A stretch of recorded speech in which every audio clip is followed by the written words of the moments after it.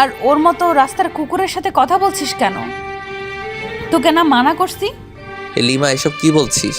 ঠিকই বলছি। আর তোর ওই নোংরা মুখে আমার নাম নিবি না। আর সাব্বির, তুই থাকলে থাক, আমি গেলাম। এই বলে লিমা কাঁদতে কাঁদতে চলে যেতে লাগলো। কেন কাঁদছে বুঝলাম না। সাব্বিরও পিছে পিছে চলে গেল। সিমি আপু আমাকে বলল, বললাম না ওদের কাছে যাস না, কথা শুনিস না কেন? আরে ধুর আপু, লিমা শয়তানি করলো। ওর সাথে অনেক দিন কথা বলি নাই তো, তাই রাগ করছে হয়তো। চলো বাসায় যাই। তিনজনে বাসায় চলে আসলাম। সাকিব আমাদের নামিয়ে দিয়ে চলে গেল। রাতে খাওয়ার কথা বলতে মা আসলো। আয় বাবা, খেতে আয়, তোর সব প্রিয় খাবার রান্না করছি আজকে। আমার ক্ষুধা নাই মা, তোমরা খেয়ে নাও। সে কি কথা, না খেলে অসুস্থ হয়ে পড়বি। এতদিন না খেয়ে যখন মরি নাই, তাহলে আর মরবো না ইনশাল্লাহ। তোমরা খেয়ে নাও। আমার কথা শুনে মা কাঁদতে কাঁদতে চলে গেল। রাতে আর কিছু খেলাম না। পরের দিন সকালে ঘুমের মধ্যে কে যেন ডাকতেছে। চোখ খুলে দেখি সাকিব ডাকতেছে। উঠে বললাম, এই শালা, এত সকালে ডাকছিস কেন? এখনো ঘুমাচ্ছিস শালা? ঘড়ির দিকে তাকিয়ে দেখ কয়টা বাজে। আমি ঘড়ির দিকে তাকিয়ে দেখি 9টা 25 বাজে। তাড়াতাড়ি রেডি হয়ে নে, কলেজে যাব। কলেজের কথা শুনে মনটা খারাপ হয়ে গেল। সাকিব বুঝতে পেরে বলল, চিন্তা করিস না, সব ঠিক হয়ে যাবে। আব্বা মানবে না রে। তুই চিন্তা করিস না, আমি সব ম্যানেজ করে নেব, বললাম তো। এরপর রেডি হয়ে রুমের বাহিরে আসলাম। বাসা থেকে বাহির হওয়ার সময় মা বলল, কই যাচ্ছিস বাবা? আয় খেয়ে যা। কলেজে যাচ্ছি। আর আমার খাওয়ার ইচ্ছে নেই। মাথা নিচু করে বললাম। দেখলাম খাওয়ার টেবিলে আব্বা বসে আছে। সিমি আপু বলল, একদম এই কথা বলবি না। তুই কি অন্যের খাচ্ছিস নাকি? তুই তোর খাচ্ছিস, তাই বেশি কথা না বলে খেতে আয়। কিছু না বলে সাকিব সহ কিছু খেয়ে নিলাম। তারপর বেরিয়ে পড়লাম কলেজের উদ্দেশ্যে। অনেক দিন পর আজ কলেজে গেলাম। সবাই কেমন চোখে যেন দেখছে। দূরে দেখলাম লিমা আর সাব্বির দাঁড়িয়ে আছে। সাকিবকে জোর করে ওদের কাছে নিয়ে গেলাম। ওদের সামনে গিয়ে বললাম, কিরে কেমন আছিস? কখন আসছিস কলেজে? আর দেখেও কথা বলছিস না কেন? আচ্ছা সাব্বির, চল। চলে যাচ্ছিস কেন? কি বলছিস শুনতে পাচ্ছিস না? কোনো রাস্তার কুকুরের সাথে কথা বলার ইচ্ছে আমার নাই। সাব্বির চল। মনটা খারাপ হয়ে গেল। দেখলাম লিমার চেহারা আর আগের মতো নাই, অনেকটা শুকিয়ে গেছে। আমার নীরবতা দেখে সাকিব বলল, চল ক্লাসে যাই। এরপর ক্লাসে গেলাম। ক্লাস শেষ করে বাহিরে এলাম। এসে দেখি লিমা আর সাব্বির কোথায় যেন যাচ্ছে। আমি ওদের সামনে গিয়ে বললাম, কোথায় যাচ্ছিস তোরা? সেই কৈফিয়ত কি আমি তোকে দিব? তুই কে আমার যে তোকে বলতে হবে? দিতে হবে, কারণ আমি তোর বেস্ট ফ্রেন্ড। হাসালি তুই। তোর মতো চরিত্রহীন আমার বেস্ট ফ্রেন্ড। আর কোথায় যাচ্ছি জানতে চাইলি না? আমি সাব্বিরকে ভালোবাসি, ওর সাথে পার্কে যাচ্ছি। আমি লিমার হাত ধরে বললাম, লিমা এরকম করিস না প্লিজ, মরে যাব। কুত্তার বাচ্চা, কথা তোর কানে যায় না? পাশের পর আসি। এরপর যদি কোনো দিন আমাকে টাচ করার সাহস করিস তো মেরে ফেলবো। এই বলে ওরা চলে গেল। আর আমি শুধু একটা কথাই ভাবছি, এই কি সেই লিমা? এত মানুষের মাঝে ও আমাকে থাপ্পড় মারতে পারলো। ওইখানে দাঁড়িয়ে ওইসব ভাবছি। সাকিব কোথা থেকে যেন এসে বলল, চল বাসায় যাই। ওকে কিছু বুঝতে না দিয়ে বললাম, চলো। এভাবে দিন চলতে লাগলো। প্রতিদিন বেহায়ের মতো লিমার সামনে যাই একটু কথা বলার জন্য, কিন্তু অপমান ছাড়া কিছু পাই না। একদিন কলেজ থেকে বাসায় ফিরছিলাম। কয়েকজন পুলিশ আমাকে তুলে নিয়ে যায়। তুলে নিয়ে অনেক টর্চার করে। সাকিব জানতে পেরে দ্রুত উকিল নিয়ে আমার জামিন করায়। পরে জানতে পারি লিমা নাকি আমার বিরুদ্ধে ইফটিজিংয়ের মামলা করছে। পুলিশ এমন টর্চার করে যে দাঁড়াতে পারছিলাম না। সাকিব ধরে ওর বাসায় নিয়ে যায় আর সিমি আপুকে ফোন করে সব জানিয়ে দেয়। এভাবে জীবন চলতে পারে না সালাফি, তুই বুঝছিস না কেন? ওকে খুব ভালোবাসি যে। তুই নিজেকে সংযত রাখ দোস্ত। দেখ, তোকে ঘুরে দাঁড়াতেই হবে, তোকে দেখিয়ে দিতে হবে তুই পারবি। পারবো দোস্ত, সব পারবো। আজকে থেকে আগে সালাফি মরে গেল। এইভাবে দুজনে অনেক কথা বললাম। 3 দিন পর আজ আমি সুস্থ। সাকিব সহ কলেজে গেলাম। লিমা আমাকে দেখে বলল, এখনো বেঁচে আসিস? তোর তো দেখি কই মাছের প্রাণ।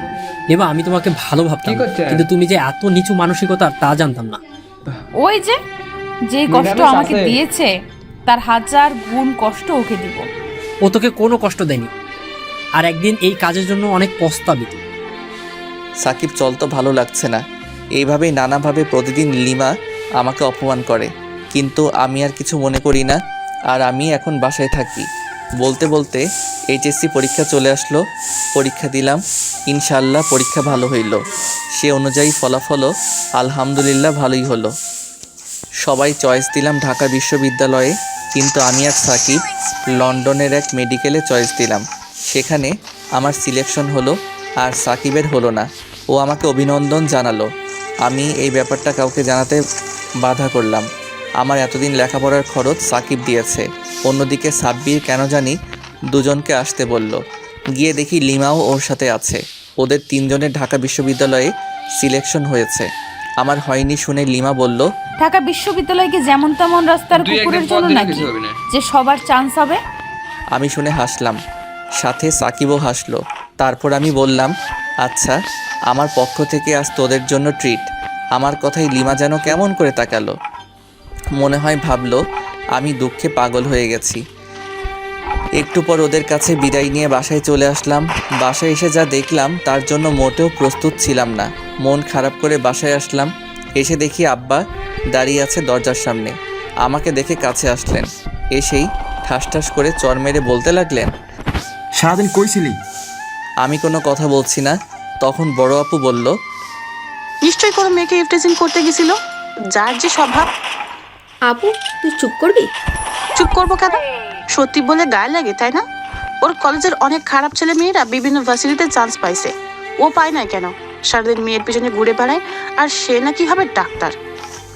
ওকে জন্ম দেওয়াই ভুল হয়েছে। আমি বুঝি না ওর মতো কুলাঙ্গার আমাদের পরিবারে কিভাবে জন্ম নিল। আমার মুখ দিয়ে কোনো কথাই বের হচ্ছে না। আমার চোখ দিয়ে শুধু পানি পড়ছে। তোর মতো কুলাঙ্গারের চেয়ে আমি যদি নিঃসন্তান হতাম তবুও ভালো হতো। তোর মতো চরিত্রহীনকে এত টাকা দিয়ে খাইয়ে পরিয়ে আমি অনেক ভুল করেছি। তার চেয়ে যদি একটা রাস্তার কুকুরকে খাওয়াতাম তবুও ভালো হতো। আমার মান সম্মান নষ্ট করতে হতো না। তোর পিছনে টাকা নষ্ট না করে সেই টাকা যদি ব্যাংকে টাকা রাখতাম তবে আমার মেয়েটার বিয়ে দিতে এত কষ্ট হতো না। তুমি আমার কাছে সেই টাকা এখন চাচ্ছ? আব্বা আমার কাছে তেড়ে এসে বললেন, হ্যাঁ চাইছি। দিতে পারবি? দে, টাকা ফেরত দে। কি বলছো আব্বা? ও তোমার ছেলে, আর ওকে ভরণ পোষণ করানো তোমার কর্তব্য। আপু তুই কথা বলিস না। আচ্ছা বেঁচে থাকলে আপনার টাকা ফেরত দিব ইনশাল্লাহ। এই বলে রুমের দিকে যাচ্ছিলাম, তখনই আব্বা বলে উঠলেন, ওই দিকে কই যাচ্ছিস? আমার বাড়িতে তোর কোনো জায়গা নেই। তুই এখনই বাসা থেকে বের হয়ে যাবি। আব্বা, কথা ভুলে যাওয়ার রোগ তোমার কবে হলো? কি বলতে চাচ্ছিস? এসব কথা কি সবার সামনে বলবো? সইতে পারবে? আব্বা আর কোনো কথাই বলল না, চুপসে গেল। কি বলতে চাচ্ছিস আপু? হ্যাঁ, আজ সব কথা বলবো। তোর এই বাড়িতে থাকা খাওয়ার জন্য মোটা অঙ্কের টাকা নিচ্ছে আব্বা। এরপরেও কিভাবে বাসা থেকে বাইর হতে বলো আব্বা? মা কাঁদতে কাঁদতে চলে গেল। আমিও আর দাঁড়িয়ে থাকতে পারলাম না, রুমে চলে এলাম। কিছু ভালো লাগছিল না, না খেয়ে শুয়ে পড়লাম। পরের দিন সাকিব এসে নিয়ে গেল। ওর সাথে কোনো কথাই বলি নাই, কিছু খাইও নাই। সাকিব একটা রেস্টুরেন্টে নিয়ে গেল, তবুও ওর সাথে কোনো কথা বললাম না। খাবার অর্ডার করলো, আমি কিছু খাচ্ছি না, শুধু ওর দিকে তাকিয়ে আছি আর ও এদিক ওদিক তাকাচ্ছে। অনেক সময় ওর দিকে তাকিয়ে আছি।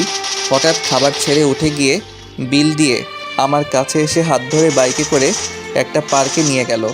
আমার সামনে দাঁড়িয়ে বলল, কি হয়েছে তোর? এরকম কেন করলি? কি করছি? কিছু করিস নাই।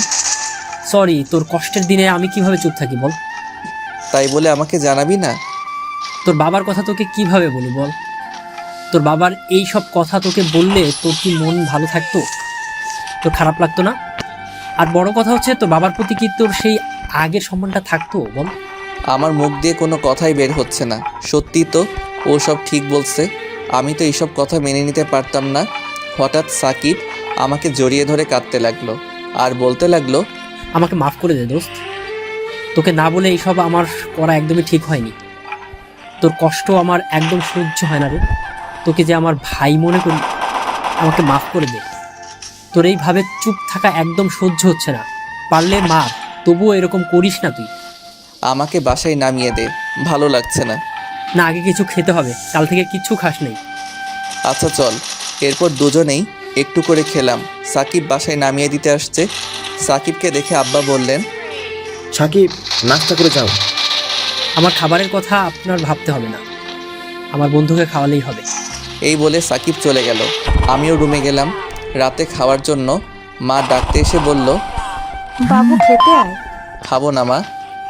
কেন খাবি না? প্লিজ আয় বাবু। খাবো না মা। আর আমাকে খাওয়ার জন্য কেন ডাকছো বুঝছি না।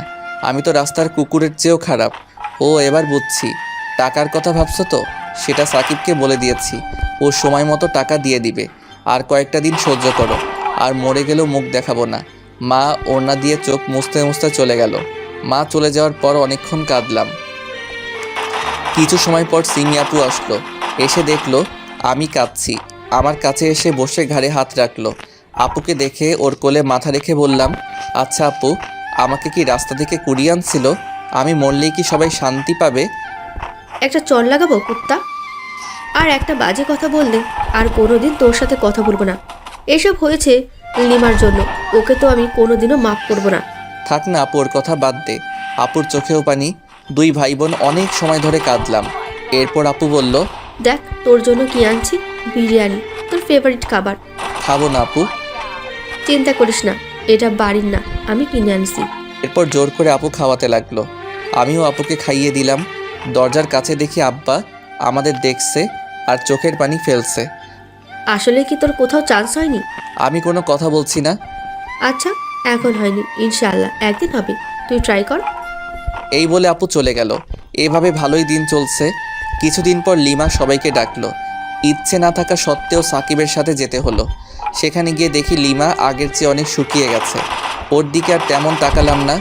লিমা সবার উদ্দেশ্যে যা বলল তার নিজেরই বিশ্বাস করতে খুব কষ্ট হলো। আব্বা এতটা কাজ করলো, অথচ আমি কিছুই জানি না। খুব কান্না পাচ্ছিল। শোন, সবাই এখানে একজন বাদে সবার দাওয়াত। কিসের দাওয়াত? বড় আপুর বিয়ে। নিজে আমাকে ফোন করে সবাইকে বলতে বলেছে। কোন বড় অপু আর কার বড় অপু? লিমা আমার কথা শুনে হাসতে লাগলো। কেন হাসতেছে কিছুই বুঝছি না। আমি মাথা নিচু করে ফেললাম। সাকিব জিজ্ঞেস করলো, হাসতেছিস কেন? আর